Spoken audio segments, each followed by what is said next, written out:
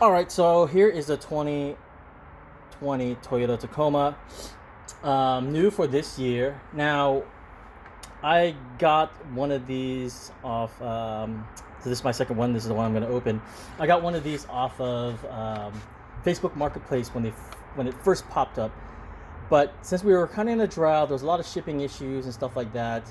Um, People were selling these for like hefty prices, maybe like 20-30 bucks, and I just kind of like, well, I'm gonna wait. And then when one popped up, I think it was like for $6. I paid for it, and the reason why I tell people I don't mind paying for them is because driving around right now, especially when gas prices are really high, and I know that in the shops around my area, the Targets, the Walmarts, the Safeways, they get picked clean. So I just pay for it.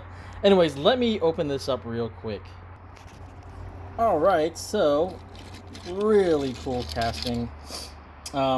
Detail in the headlight, really dope. Yeah, I do love that color. 4x4 Tacoma. As you see, is lifted. If I can get another one, I kind of want to put like a bigger lift kit on it, kind of like this 4x4 one. But it's a cool truck.